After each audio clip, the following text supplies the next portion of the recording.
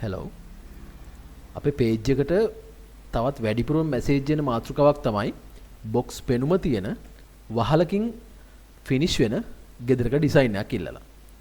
මේ වීඩියෝ එකේ තියෙන ගෙදර එළියෙන් box පෙනුම සම්පූර්ණ ගෙදරටම තියෙන ඒත් වහලකින් මේ විදිහට ඉවර වෙලා තියෙන තට්ටු දෙකේ කාමර 5ක් තියෙන සාමාන්‍ය යුවලකට පවුලේ 4-5 දෙනෙක් ඉන්න ගෙදරකට හොඳටම ගැලපෙන box පෙනුම තියෙන වහලකින් ඉවර වෙන ගෙදරක ඩිසයින් එකක් තමයි මේ වීඩියෝ එකේ තියෙන්නේ.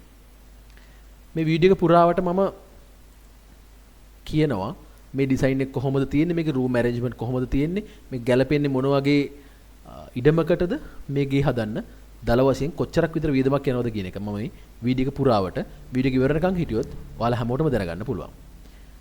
මුලින්ම මම පෙන්නන්නම් මේ ගෙදර රෙන්ඩර් view එක නැත්නම් අවසාන view එක මොන වගේ වෙයිද කියලා. මේක තමයි මම ටාගට් කරන මේ ගෙදර ෆයිනල් ඩිසයින් එක.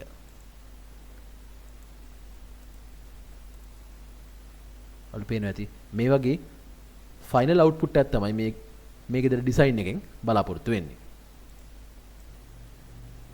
මේ කිසිම ෆොටෝ එකකින් පේනවා ඇති මේ කිසිම තැනක මේකේ තියෙන්නේ වහලක් කියන එක එළියෙන් බලන කෙනෙක්ට ඇත්තටම පේන්නේ නැහැ.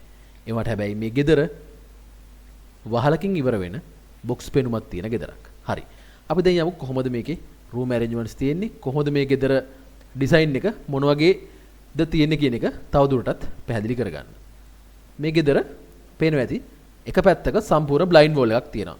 මේ පැත්ත අපිට පුළුවන් මායිමට කිට්ටු කරලා ස්ථානගත කරගන්න. ඒ වගේමයි මේ පැත්තේ මේ කෙලවරටත් මම ජනෙල් පාවිච්චි කළා නැහැ. මොකද මේ ඩිසයින් කරපු ඉඩම ටිකක් පටු ඉඩමක්. එතකොට ඒ දෙකම ජනෙල් වලින් තොරයි. හැබැයි මේ පැත්තේ අපි වෙනත් බිත්ති වලට ජනෙල් යොදලා තියෙනවා. ඒක හැබැයි මේ වැටෙන් ඇතුළට වෙන්න තියෙන බිත්ති. බලමු මේකේ ග්‍රවුන්ඩ් ෆ්ලෝ එක කොහොමද තියෙන්නේ කියලා. මේක තමයි මේකේ ග්‍රවුන්ඩ් ෆ්ලෝ එකේ ඇරේන්ජ්මන්ට් එක. මේකේ නිදන කාමර දෙකක් තියෙනවා. කිචන් එක තියෙනවා. ලිවිං ඒරියා එක තියෙනවා. ඩයිනින් ඒරියා එක තියෙනවා. බාත්රූම් එක තියෙනවා. මේකේ ඩයිනින් ඒරියා එක ලිවිං එකට ඕපන් ඩයිනින් ඒරියා එකක්. අපි ඒ ඩයිනින් ඒරියා එකෙන්ම මම මේකේ ඇරේන්ජ් කරලා තියෙනවා මේ බාත්රූම් එකට ඇක්සස්. ඒ වගේම කුස්සියට ලේසියෙන්ම ඩයිනින් එකට සර්ව් කරන්න පුළුවන් විදියට කුස්සිය ඕපන් එක දාලා තියෙනවා ඩයිනින් එක දිහාවට. ඒ වගේම මේකේ උඩ තට්ටුව ප්‍රස් ෆ්ලෝ එකේ ඇරේන්ජ්මන්ට් තියෙන්නේ මේ විදියට. අපි මේ පඩිපෙලෙන් තමයි උඩට එන්නේ. එතනින් නිදන කාමර දෙකක් මේ විදියට ප්ලේස් කරලා තියෙනවා. අනිත් ඉඳ කාමරේ ඉස්සරහට වෙන්න නැත්නම් අපේ බැල්කනි එකට කිට්ටුවෙන් ප්ලේස් කරලා තියෙනවා. මේ කාමර තුනම ප්‍රයිවසි හොඳටම තියෙන කාමර. මේ මුළු ගෙදරම ගත්තාම ගෙදර තියෙන හැම කාමරයක්ම අනිත් කාමර වලින් ටිකක් දුරස් කරලා ප්‍රයිවසි එක උපරිම රැකෙන විදියට තමයි ඩිසයින් එක කරලා තියෙන්නේ. ඒ වගේම තමයි මේ කාමර තුනම බැල්කනි වලට ඇක්සස් තියෙන නිදහසේ ඉන්න පුළුවන් කාමර තුනක්. මේ කාමර දෙකටම මේ පැත්තට අපි බැල්කනි වලට ඇක්සස් දීලා තියෙනවා. ඒ වගේම මේන් බැල්කනි එක තියෙන්නේ මේ බෙඩ්රූම් එක ළඟම. හැබැයි මේ මේන් බැල්කනි එක කොමන් එන්ට්‍රන්ස් එකක් තියෙන දේ තමයි ඩිසයින් කරලා තියෙන්නේ. එතකොට මේ ඕනම කෙනෙක්ට මේ කොමන් බැල්කනි එකට නැත්නම් ඕපන් බැල්කනි එකට ඇක්සස් තියෙනවා. කොමන් බාත්රූම් එකක් තියෙනවා මේ කාමර තුනටම ළඟා වෙන්න පුළුවන් විදියට. පොදු කුඩා පැන්ට්‍රි ඒරියා එකක් මේකේ ඇරේන්ජ් කරලා තියෙනවා අපි. එතකොට පුළුවන් මේකේ පොඩි කිචන් එක කරන දේවල් මේ පැන්ට්‍රි ඒරියා එකෙන් කරගන්න පුළුවන්. මේ මුළු ඒරියා එක පුරාවටම එක පැත්තකට ඇන්ගල් එකක් තියෙන වහලක් තමයි පාවිච්චි කරලා තියෙන්නේ. එහෙම නැති වුණොත් අපිට මේ බොක්ස් පෙනුම ගන්න බැරි වෙනවා.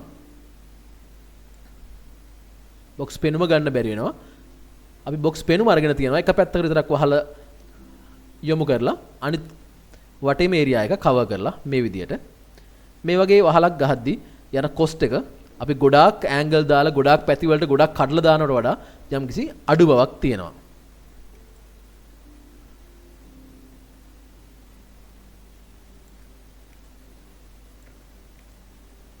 හරි, අපි දැන් බලමු මේ ගෙදර වර්ගඵලය කොච්චරක් තියෙනවද කියලා.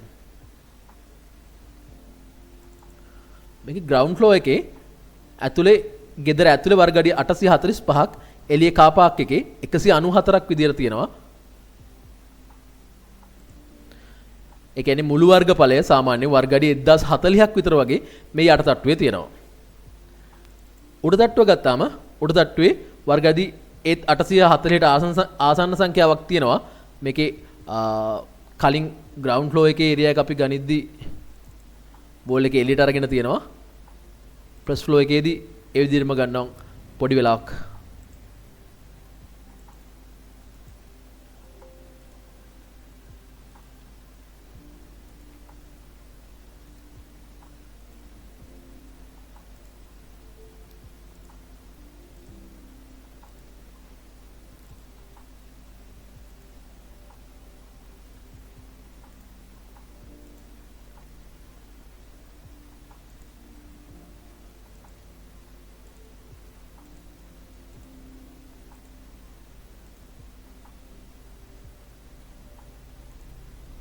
ඔයාලට පේනවා ඇති ඇතුළු වර්ගඵලය වර්ග අඩි 860ක් එළිය 144ක් විදියට මේ බැල්කනි ඒරියා එක සහ මුළු ගේ ඇතුළම ඒත් වර්ග අඩි 1100කට ආසන සංඛ්‍යාවක් තියෙනවා.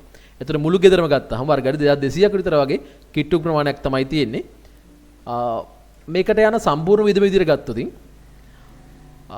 අපි මේ කාලේ ගෙයක් හදන්න සාමාන්‍යයෙන් ආසන්න වර්ග අඩියකට රුපියල් 8000ක් 8500ක් විතර වගේ ගාණක් යනවා. අපි 8000ක් කියලා හිතුවොත් වර්ග අඩි 2200න් අපි 300ක් විතර වගේ අයින් කරනවා බැල්කනිස් වලට. 1900ක් විතර වගේ තමයි ඉනර් සයිස් එක තියෙන්නේ. සාමාන්‍යයෙන් මුළු වියදම මේකේ ලක්ෂ 160ක් නැත්නම් මිලියන 16ක් විතර වගේ ප්‍රමාණයක් මේ මුළු ගෙදරම වැඩ ඉවර කරගන්න යනවා. ඒ කියන්නේ වැඩ සම්පූර්ණ ඉවර කරන්න ගෙදර ෆිනිෂ් කරගන්න ලක්ෂ 160කින් විතර වගේ පුළුවන්. ඒ කියන්නේ මිලියන 16ක විතර වගේ තට්ටු දෙකේ බොක්ස් පෙනුම තියෙන මේ වගේ ලස්සන පෙනුමක් තියෙන ගෙදරක් අපිට හදා ගන්න පුළුවන්. මේක බොක්ස් පෙනුම තියෙන අඩු වියදමින් කරගන්න පුළුවන් වහලකින් ඉවර වෙන ගෙදරක්. මේ ගෙදර ගැන මොනවා හරි විශේෂ ගැටලු තියෙනවා නම් කමෙන්ට් කරන්න.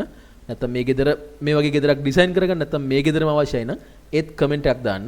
අපිව සම්බන්ධ කරන්න පුළුවන් විදිය තමයි අපිට කෝල් කරන්න පුළුවන්, WhatsApp කරන්න පුළුවන්, ඊමේල් මගින් අපිව සම්බන්ධ කරගන්න පුළුවන්.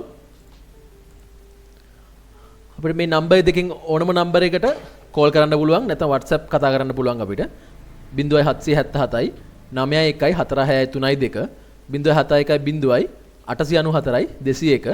එහෙම නැත්නම් අපිට ඊමේල් කරන්න පුළුවන් reflexengineering93@gmail.com. මේ ආකාර තුනෙන් ඕනම විදිහකින් අපි සම්බන්ධ කරගන්න. මේ ගැන විස්තරයක් හෝ ඩිසයින් එකක් කරගන්න නැත්නම් මේ ඩිසයින් එකම ගන්න අවශ්‍ය නම් ඊටාම සහනදායි සහ ඊටාම සාධාරණ මිලකට අපි අපේ ඩිසයින්ස් කරලා දෙනවා. ඒ වගේම තමයි ඕනම ඉදිකිරීමක් සිවිල් ඉංජිනේරු ශාස්ත්‍රය අදාළ ඕනම ඉදිකිරීමක් අපේ රිෆ්ලෙක්ස් ඩිසයින් ඇන්ඩ් ඉංජිනේරින් ආයතනයෙන් අපි කරලා දෙනවා. ඕනෑම දෙයකට මේ ආකාර තුනෙන් ඕනෑම ආකාරකින් අපිව සම්බන්ධ කරගන්න. ස්තුතියි.